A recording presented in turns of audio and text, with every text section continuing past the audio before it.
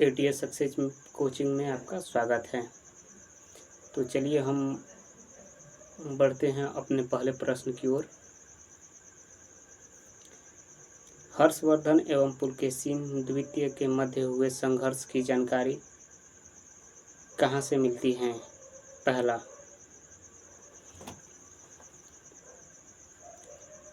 ऐहोल अभिलेख, बंसखेड़ा लेख। सी, हाथी गुफा अभिलेख, वेनसांग के वर्णन से। तो आंसर आप बताइए।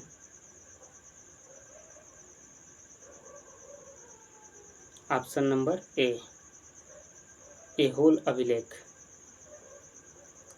प्रतापशील हुड़ हरिण केसरी महाराज धीराजा नामक उपाधि धारण निम्नलिखित में हैं? नंदवर्धन, प्रभाकर वर्धन, आदित्यवर्धन, राज्यवर्धन। तो ऑप्शन नंबर बताइए।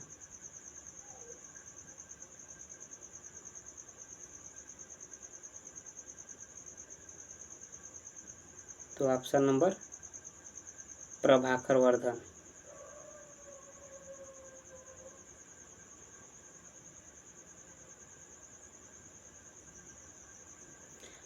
सम्राट हर्ष ने अपनी राजधानी थानेश्वर से कहाँ स्थानांतरित की?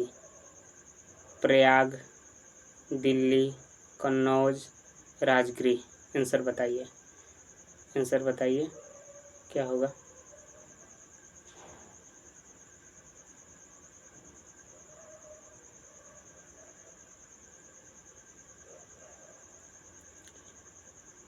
कन्नौज। चलिए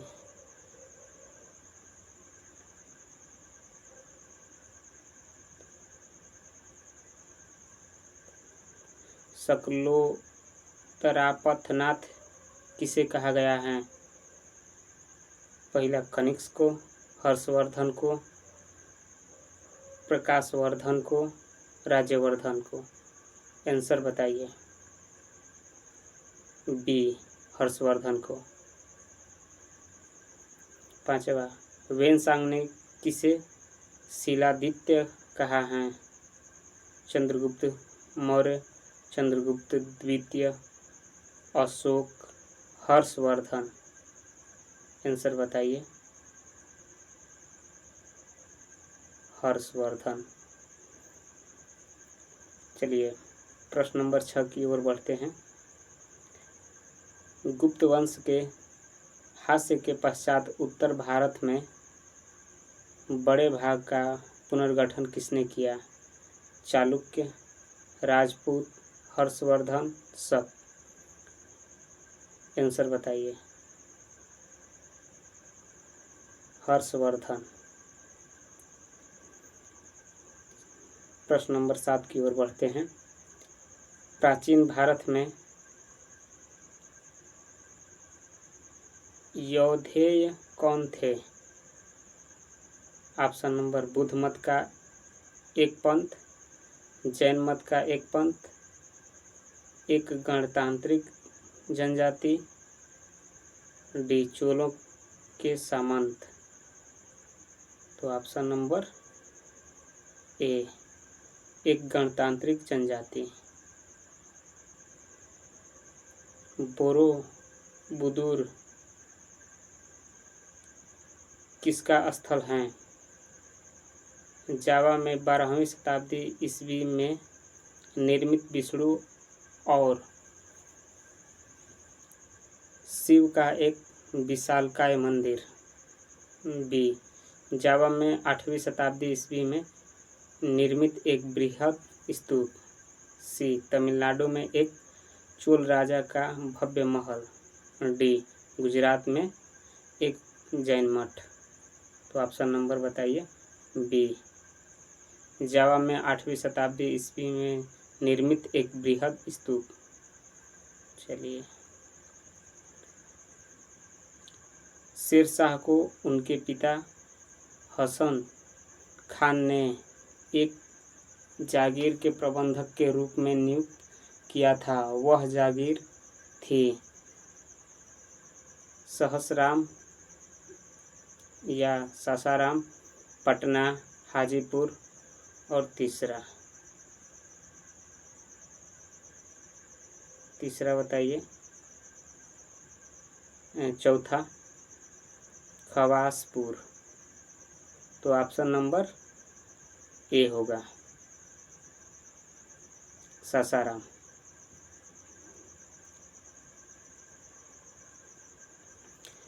प्रश्न नंबर 10 की ओर बढ़ते हैं।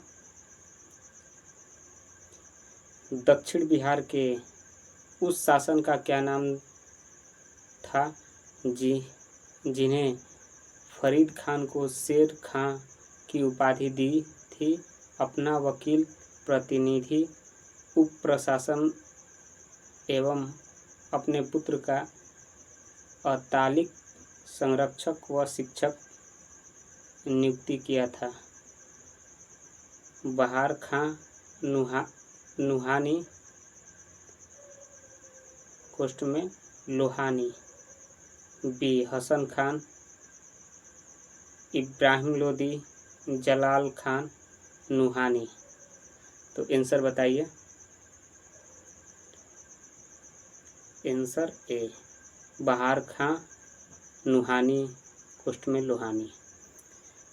दक्षिण बिहार का वास्तविक शासक बनकर शेर खान ने उपाधि धारण की। हजरत ए आला, शेर शाह, अमीन उद्दौला, इनमें से कोई नहीं। बताइए ऑप्शन। ए हजरत ए आला। निम्नलिखित में से कौन सा कथन सही नहीं है? भारतीय संविधान निर्मित, लिखित और सर्वाधिक व्यापक है। बी भारत का संविधान प्रभु संपन्न, लोकतंत्रात्मक, पंथनिरपेक्ष तथा समाजवादी संविधान। सी भारतीय संविधान में मूल अधिकारों को समाविष्ट किया गया। डी संविधान के प्रवर्तक के समय में ही संविधान में मूल कर्तव्य शामिल हैं। तो ऑप्शन नंबर डी संविधान के प्रवर्तन में समय से ही संविधान में मूल कर्तव्य शामिल हैं। 13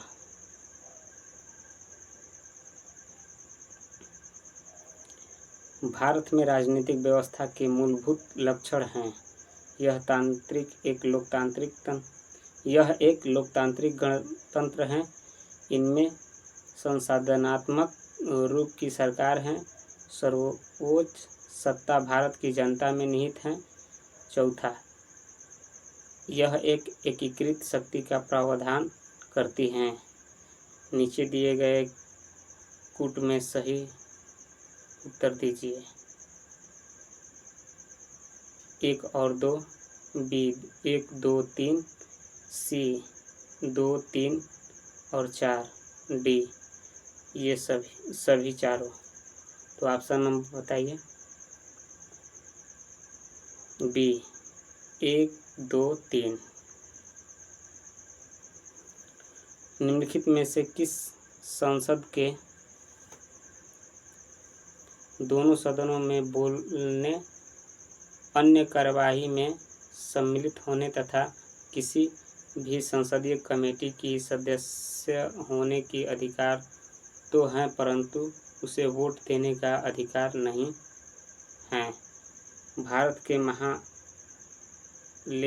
परीक्षक एवं लेखा नियंत्रक भारत के मुख्य चुनाव आयुक्त, भारत के वित्त आयोग के अध्यक्ष, डी भारत के अटॉर्नी जनरल। तो ऑप्शन नंबर यही होगा। आंसर भी यही होगा। भारत के एटॉर्नी जनरल। चलिए, भारत का महान्यायवादी संसद के किसी भी सदन या उनकी समिति की बैठक में अपना वक्तव्य रख सकता है? हाँ, नहीं, केवल लोक लेखा समिति में, प्राक्कलन समिति में। तो आंसर बताइए। हाँ, प्राक्कलन समिति के सदस्य संसद के दोनों सदनों में से चुने जाते हैं। लोकसभा के सदस्यों से ही चुने जाते हैं। राज्यसभा के सदस्यों से ही चुने जाते हैं। डी, राष्ट्रपति द्वारा मनोनीत किए जाते हैं। तो ऑप्शन नंबर बी, लोकसभा के सदस्यों से ही चुने जाते हैं। 10+2+3 शिक्षा पद्धति लागू की गई थी। ये राष्ट्रीय शिक्षा नीति 1986, कोठारी आयोग 1979, सी, माध्यमिक शिक्षा आयोग 1952, माधवन समिति की सिफारिश। तो ऑप्शन नंबर ए, राष्ट्रीय शिक्षा नीति 1986। ऑपरेशन ब्लैकबोर्ड नामक कार्यक्रम कब शुरू किया गया था? 1986 से 87, 1987 से 88, 1988 से 89, 1990 से 91। तो ऑप्शन नंबर बी, 1987 से 88। 18, ऑपरेशन ब्लैकबोर्ड कार्यक्रम का उद्देश्य प्राथमिक विद्यालयों में शिक्षा के लिए बुनियादी सुविधा जुटाना। बी, एक शिक्षा वाले विद्यालय में एक और शिक्षक की व्यवस्था करना। सी,